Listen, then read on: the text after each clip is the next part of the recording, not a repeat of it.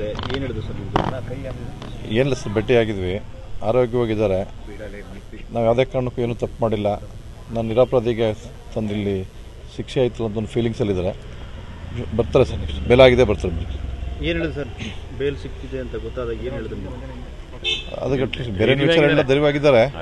ನಾನು ತಪ್ಪು ಮಾಡಿದೆ ಅನ್ನೋದ್ರಲ್ಲಿ ಕರ್ಕೊಂಡು ನಾನು ಏನು ತಪ್ಪು ಮಾಡಿದೆ ಅವ್ರಪ್ಪ ಇಲ್ಲಿ ಕರ್ಕೊಂಡಿಲ್ಲ, ಅನಾವಶ್ಯಕ ಕೂರ್ಸಲ್ಲ ಅನ್ನೋ ಒಂದು ಫೀಲಿಂಗ್ಸ್ ಇದೆ.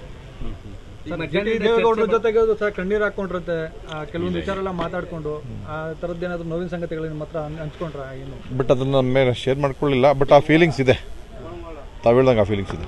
ಇವತ್ತು ಬೇಲ್ ಮಂಜೂರಾಗಿದೆ ಸರ್, ಜಾಮೀನು. ಈಗ ರಿಯಾಕ್ಷನ್ ಹೇಗಿತ್ತು ಈಗ ಬೇಲ್ ಸಿಕ್ಕಾಗ? ಅವ್ರು ಏನು ಹೇಳಿದ್ರು ನಿಮಗೆ?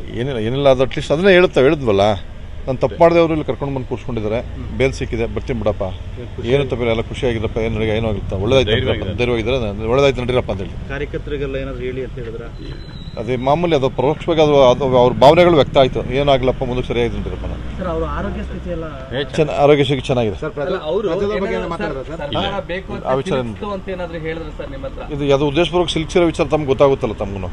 ಈಗ ಅಟ್ಲೀಸ್ಟ್ ರಾಜ್ಯದಲ್ಲಿ ಈ ಸಣ್ಣ ಪುಟ್ಟ ಕೇಸ್ಗಳು, FIRಗಳು ಬೇಕಾದಷ್ಟು ಇರ್ತವೆ, ಎಲ್ಲ ಈ ಥರನೇ ಮಾಡ್ತಾರ. ಉದ್ದೇಶಪೂರ್ವಕ ಸರ್ಕಾರ ಸಿಕ್ಸಿರೋ ವಿಚಾರ ಗೊತ್ತಿದೆ, ಹಂಗಾಗಿ ಪರ್ಪಸ್ಫುಲ್ ಮಾಡಿರೋದು ವಿಚಾರ ಎಲ್ರಿಗೂ ಗೊತ್ತಾಗ್ತಿರೋ ವಿಚಾರ. ಹಂಗಾಗಿ ಬೇಲಾಗಿದೆ, ಬರ್ತಾರೆ ಸರ್. ಏನು ಮಾತಾಡ್ತಾರೆ? Thank you sir.